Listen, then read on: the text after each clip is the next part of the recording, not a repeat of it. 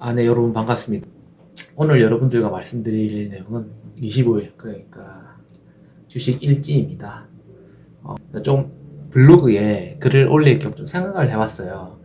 더 체계적으로도 정리할 수 있겠지만, 지금 당장 한 20분, 30분 내에 생각나는 대로 투자를, 어떤 것을 보고 내가 투자를 하고 있는지, 그렇다면 그 레퍼런스들이 과연 올바른 게 맞는 것인지, 이 레퍼런스들을 어떻게 하면 체계화하고 규격화해가지고 내가 이걸 잘 쓸 수 있을지 한번 뒤돌아보는 시간을 가지고자 지금 내용을 보고 있습니다.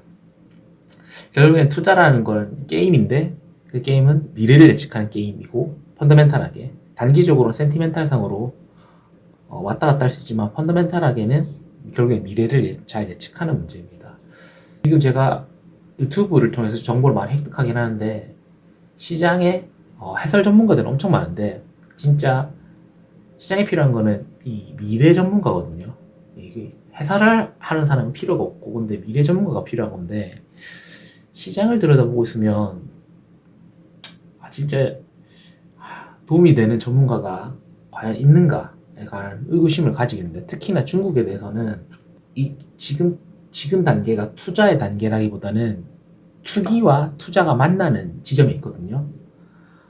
그런 걸 생각한다면 지금 여기서 보시면 KWEB라고 하는 상품입니다. 그 중국에 상장되어 있는 주식 상장 상품 중에 QQQ, 그러니까 미국의 나스닥과 가장 비슷한 섹터라고 보시면 될 것 같습니다.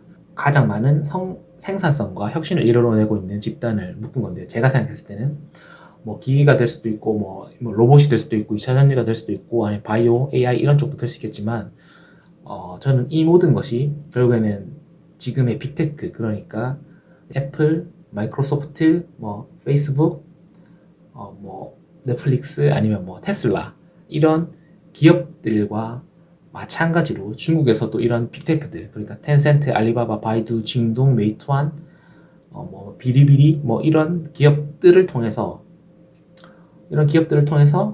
혁신과 성장이 일어난다고 하는데, 그러한 생산성을 가지고 있는 기업들을 모으고 있는 ETF가 이 KWEB입니다. 근데 이 KWEB의 변동성을 보시면 작년 10월 24일 17달러를 찍고 이 최악의 상태를 딛고 거의 한 3개월이죠. 이 3개월 사이에 거의 두 배에 가까운 지수가 상승을 했습니다. 굉장히 큰 변동성이죠. 만약에 최저점에서 손을 탔다고 하면 지금 자신의 자산이 2배 가까이 늘게 된 상태입니다. 그런데 또 놀라운 것은 다시 또 최고점에서 8개월이 지난 이 시점에 25% 정도 되는 가량의 굉장히 큰 급락을 보여줬습니다.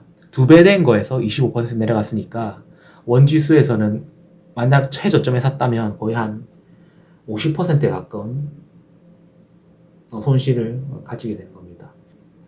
그냥 한마디로 얘기하자면 진짜 변동폭이 엄청나게 큰 상품인 거죠. 이게 중국 시장의 특성입니다. 투자의 개념으로만 설명할 수 없는 장이에요. 지금 장 상태가. 그래서 이 장 상태를 우리가 이용을 해야 된다라는 관점이거든요. 제 생각에는. 근데 결국에는 여기는 투기가 굉장히 강한 시장인데, 이 투기 시장에서 살아남기 위해서는 투자만으로는 안 된다. 일배수로 살 거면 상관없습니다. 근데 저는 제가 가지고 있는 메인 기초자산이 2배인 CWEB 파생 상품을 가지고 있기 때문에 이 펀더멘탈에 기초한 투자도 괜찮지만, 물론 저는 최초에 들어갔을 때는 투자의 개념으로만 들어갔는데, 제가 메이저로 이때부터 물량을 모집하기 시작했거든요. 그런데 여기서부터 거의 반토막 나버렸죠. 근데 원지수가 반토막 나면 2배, 하루 변동폭 2배인 파생 상품은 거의 한 5분의 1, 10분의 1 토막 나게 됩니다. 그렇기 때문에 지금 제가 굉장히 힘든 상태에 있는 건데, 결국 초점은 뭐냐고 하면 이 영역에서의 변동폭은 투기다, 이 말인 거죠. 그래서 이 투기에 대응을 해야 되는데,